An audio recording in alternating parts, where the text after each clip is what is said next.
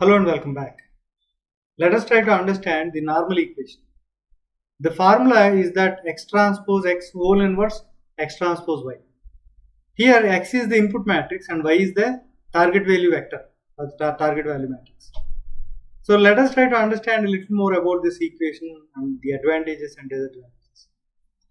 The goal here is to calculate thetas, right? The capital theta is equal to this formula. That means from theta 0 to theta n we need to find.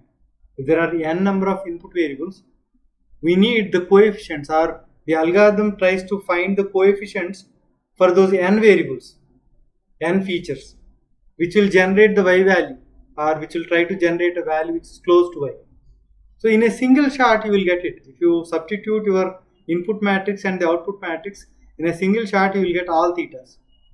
So if you look at the construct, right, you will understand how exactly it is generating. The x input variable is, there are m number of rows and n number of columns. It's a matrix of m by n plus 1 because x0, the bias term you added, all the values in bias term are 1. And then y has got m number of rows, right? If you look at this x transpose x whole inverse x transpose y, x transpose dimensionality is m by n by m and x dimensionality is m by n plus 1, right? And x transpose is again n plus 1 by m and y is m. If you multiply these two matrices, right, you will get a n plus 1 by n plus 1 matrix. And x transpose y, you will get n plus 1 by 1 matrix.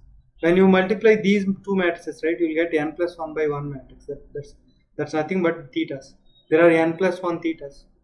So that's how the normal equation works. So let us try to understand the pros and cons of normal equation. The pros are no feature scaling is needed. But for some algorithms we have to do feature scaling. What is feature scaling? We have seen z-score, right? Z-score. We subtract mean from each column and divide by standard deviation, that is Z-score, right? What happens when you calculate Z-score? The data comes, the scale, becomes smaller for all the columns, and that is needed for some algorithms. But for normal equation, it is not needed. Okay? Simple way of scaling features is you take a column's maximum and divide it with that maximum number on the column. That's a simple way of scaling. So that is not needed in the normal equation.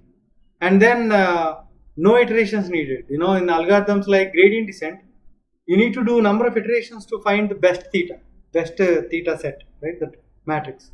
So in normal equation, in single shot you will get it. But the cons, the disadvantages with the normal equation is x transpose x whole inverse is a computationally expensive task, and it takes order of n cube. When number of columns are too many, right, it's going to be very expensive and very slow. That is one complexity or disadvantage. The second disadvantage is non-invertibility of x transpose x. There are two places when you get a non-invertible x transpose x matrix. When you do x transpose x matrix, x transpose x, right, you will get one matrix, right? That matrix sometimes is non-invertible. The first case is that when number of columns are more than number of rows. That is first case.